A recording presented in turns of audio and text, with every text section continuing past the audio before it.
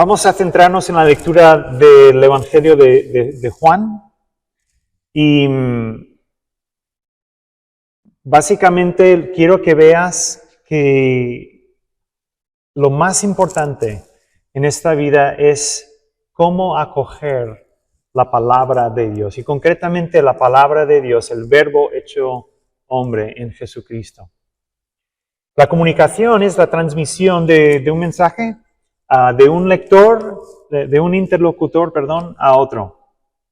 Y el mensaje puede ser una buena noticia, pero es importante cómo el receptor del mensaje reciba y acoja esa noticia. Pongo un ejemplo.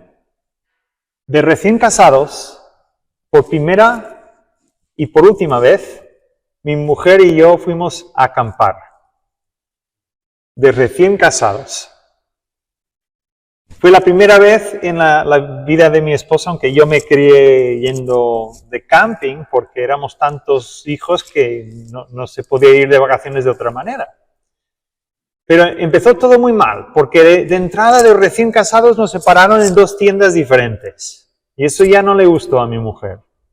A mí tampoco. Un grupo de jóvenes y bueno, había que, algunos monitores tenían que estar con las chicas y otros monitores con los chicos. Pero para el colmo, llovió y mucho. Y yo creo que los dos acabamos con el saco de dormir mojado. Y como digo, primera y última vez como matrimonio. Ahora, si este verano, o justo antes del verano, yo llegara a casa lleno de alegría para compartirle a Naime la magnífica noticia de que este verano las vacaciones serán en el camping, no sé dónde, en Lloret de Mar, pues ella muy probablemente no lo acogería como una buena noticia. El Evangelio objetivamente hablando, es buena noticia. Es el regalo de Dios a la humanidad en la persona de su Hijo, quien perdona nuestros pecados, quien nos restaura la amistad con Dios, quien promete preparar para nosotros un lugar en el cielo y quien promete renovar todas las cosas, los cielos y la tierra. Pero que sea buena o no depende de cómo el ser humano lo acoja. Y en este nuestro pasaje vemos 2 patrones, 2 formas de acoger la palabra de Dios. Una, con incredulidad, el caso de Judas, y el otro, con la fe. Y lo que distingue a ambos, lo que distingue a fin de cuentas a Judas de Pedro, no es la clase de personas que son, sino la clase de acogida que dan a la palabra de Dios. Lo que diferencia, lo que distingue a Pedro y a Judas no es que uno sea bueno y el otro malo, sino que uno da acogida buena a la palabra de Dios y el otro no. Vemos en primer lugar que el corazón de Jesús es tierno, de principio a fin. Él ama a todos sus amigos, a los 12 los ama. Juan tiene como se le tilda en el Nuevo Testamento el discípulo al que el Señor ama. Pero no debemos entender que Jesús amaba a Juan y a los demás, no. Sino era como su nombre de pila, el discípulo que Jesús amaba. Lo que sí, a la hora de ponerme esta semana a estudiar el pasaje, me tuve que hacer la pregunta si Jesús siempre practicaba aquello que predicaba. Y lo digo por la siguiente razón. Porque si os habéis fijado, al principio del capítulo 14, empezamos escuchando una exhortación de Jesús a sus discípulos, que no se turbe vuestro corazón. Son palabras bonitas. ¿Qué pasa? Que la Biblia original, el Nuevo Testamento, o sea, lo que sale del puño y letra de Juan, no tenía ni capítulos ni versículos. con lo cual es el mismo discurso. ¿Sí? ¿Qué viene justo antes de estas hermosas palabras de Jesús en el 14? Las palabras anteriores son, Pedro, ¿tú darás por tu vida por mí? Anda, si de aquí a poco me negarás 3 veces. Acto seguido, no se turbe vuestro corazón. ¿Sí? ¿Qué pasa? Que esta palabra en el original, no se turbe vuestro corazón, es la exhortación de Jesús para sus discípulos, que no os pase, que no se os turbe el corazón, aunque Pedro me niegue, no se turbe vuestro corazón. Versículos antes, o sea, instantes antes, cuando Jesús anuncia que otro de sus discípulos le traicionará, se le turba el corazón, y es la misma palabra en griego. Aquello que exhorta que no hagan, él hace, se le turba el corazón a Jesús. La misma palabra. ¿Cuál es la diferencia y cómo se explica esta aparente contradicción? Yo creo que fundamentalmente de la siguiente manera. Jesús los ama a todos. Él ama a Judas, en el fondo. Y él ama a Pedro y ama a Juan. Ha pasado 3 años de estrecha amistad tanto con Pedro como con Judas. ¿Por qué se turba su corazón respecto a Judas? Porque él sabe que, a diferencia de Pedro, Judas nunca ha acogido la palabra. Nunca le ha acogido a él como el Verbo hecho hombre. Él sabe que Pedro con el tiempo volverá en fe y que Judas no. Por eso, ante la frialdad,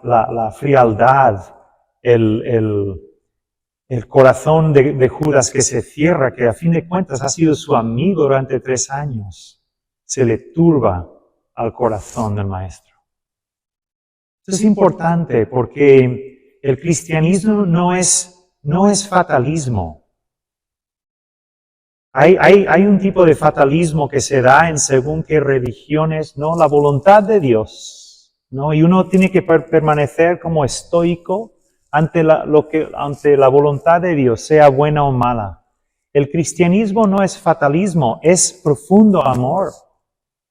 Jesús ama hasta el último momento a este discípulo suyo, a Judas. Ahora, cuando hablamos de Judas, enseguida creo que se nos suben las antenas porque intuimos que estamos entrando en terreno altamente misterioso y enigmático, ¿no? Porque quizás tenemos nociones de que incluso remontándonos al Antiguo Testamento, concretamente en el Salmo 41, Juan cita un pasaje del rey David relatando una tradición que él mismo sufrió en carne propia, y Juan se apropia de estas palabras de David y dice, no, esto es una predicción de lo que le pasaría a Jesús con su íntimo círculo, los discípulos. Entonces está de alguna manera predestinado, profetizado, que uno de los 12 haría esto. Entonces, ¿cómo entendemos esto? Bueno, tanto Jesús como Judas compartieron innumerables tiempos juntos, comidas juntos, ministraron juntos, vieron milagros hechos por el poder de Dios juntos, la multiplicación de los panes y peces, a Jesús andando sobre las aguas, la resurrección de Lázaro. Judas tuvo tantas oportunidades como cualquiera de los 12 para acoger la palabra, para creérsela. Pero tenía un secreto muy oscuro. Y ese secreto es que amaba el dinero. Era avaricioso. Fijaos que justo antes de los hechos, justo antes de la entrega de Judas a su maestro, a las autoridades judías, él recrimina a María por derrochar un perfume de alta categoría a los pies para ungir los pies de Jesús, diciendo que ese dinero se hubiera podido dar a los pobres. Y poco tiempo después, por un tercio del valor de aquel perfume, vende a su maestro, a las autoridades judías. Él amaba el dinero. Pero ¿por qué entonces se turbó el corazón de Jesús? ¿Por qué si Jesús conocía las Escrituras y sabía que uno de los 12 le había de traicionar, por qué se le turbó el corazón de Jesús?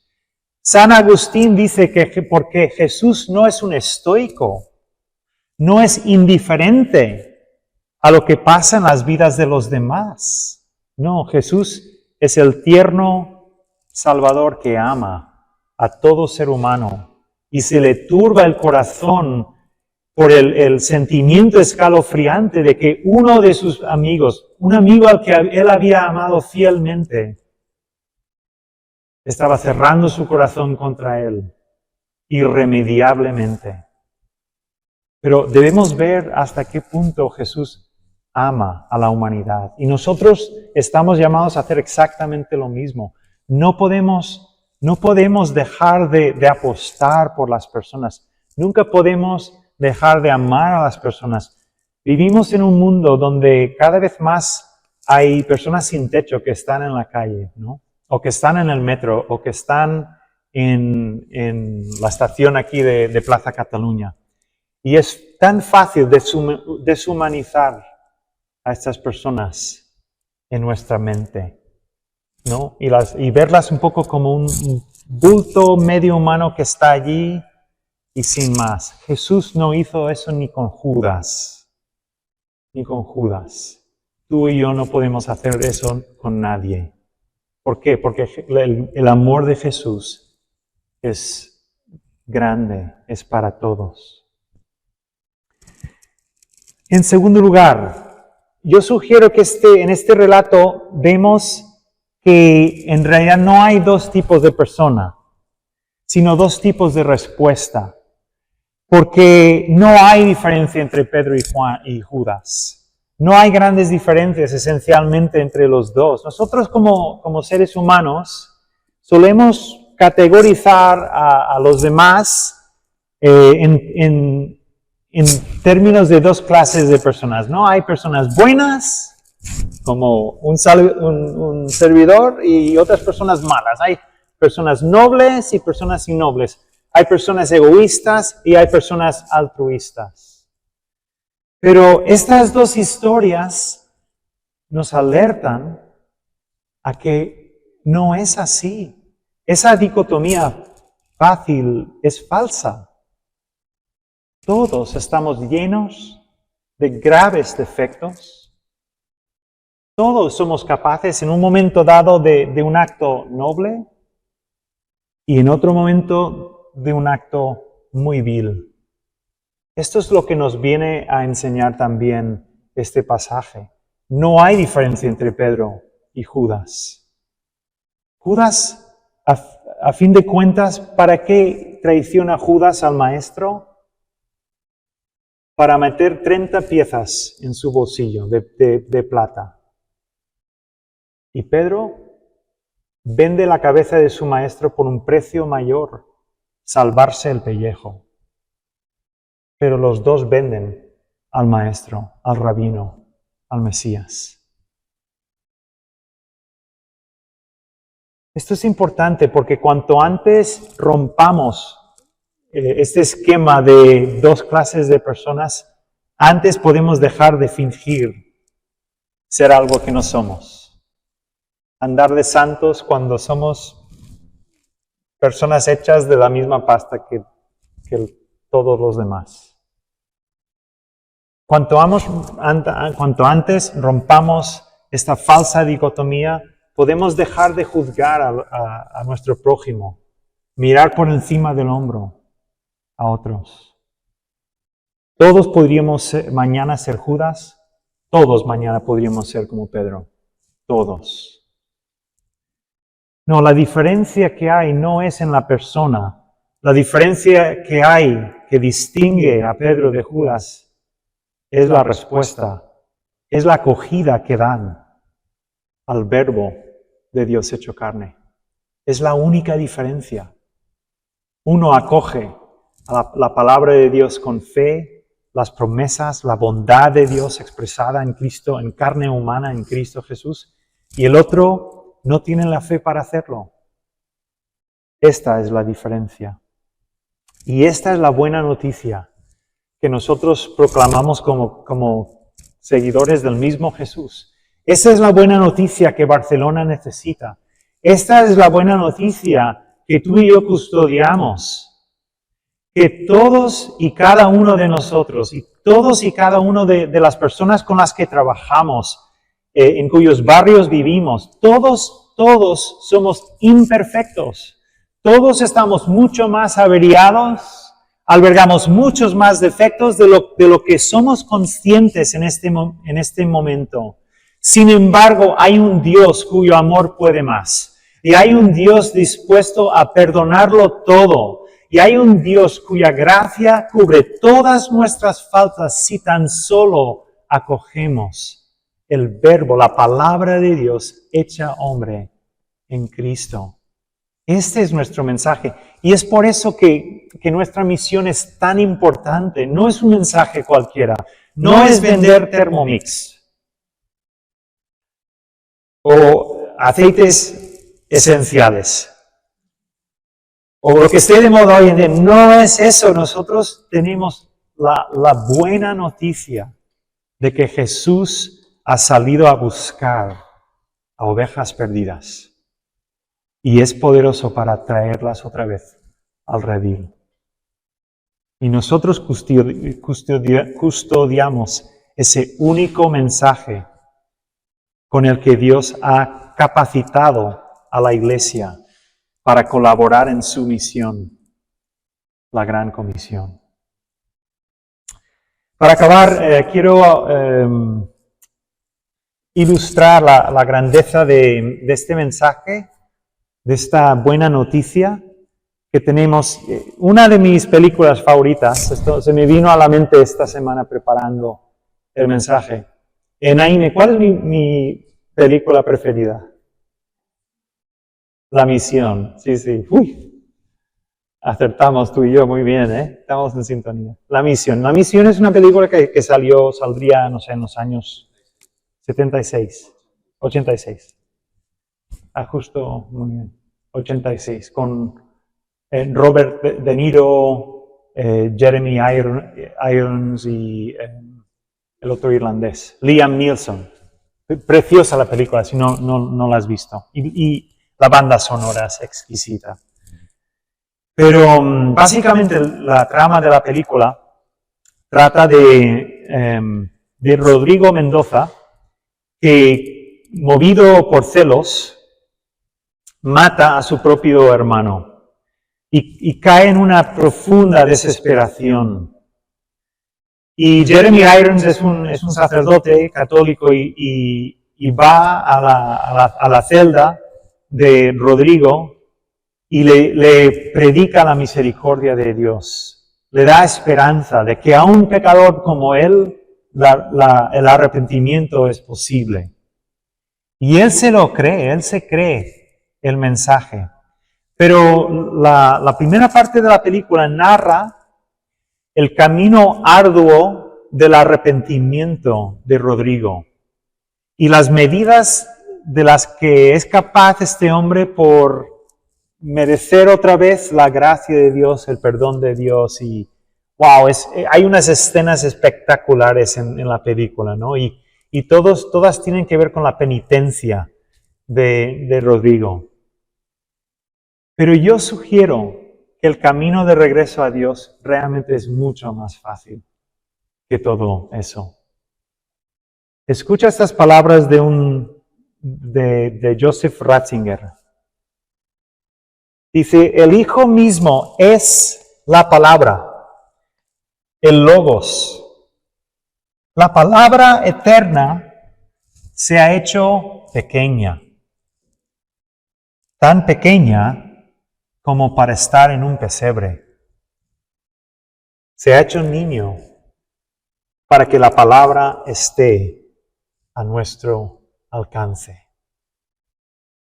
Se ha hecho niño, el verbo, la palabra de Dios se ha hecho niño, para que esa palabra que tú y yo y la humanidad entera debe acoger, esté a nuestro alcance. Creo que esta al menos es una de las lecciones de nuestro pasaje. Hay muchas posibles lecciones, ¿no? Porque Jesús aborda tantas cosas, pero nos insta a coger el verbo humano, el mismo. Y en realidad, mis queridos hermanos, no es un acto puntual que uno hace en un momento de su vida, sino es un camino. Constantemente debemos cada día acoger esta palabra, porque constantemente estamos tentados a fijarnos totalmente en las circunstancias, las tormentas, las guerras, la economía, no sé, miles de cosas. Y o bien acogemos esa noticia y dejamos que esa noticia sea, digamos, el impulso, aquello que conduce nuestra vida, o acogemos el verbo hecho carne en Cristo y dejamos que eso sea nuestro norte, que eso sea la fuerza, la guía de nuestra vida. Así que es una palabra, una exhortación a acoger esta palabra hecha carne en Jesucristo. Esta palabra que se ha abreviado, que se ha hecho niño, para que esté a tu alcance. Amén.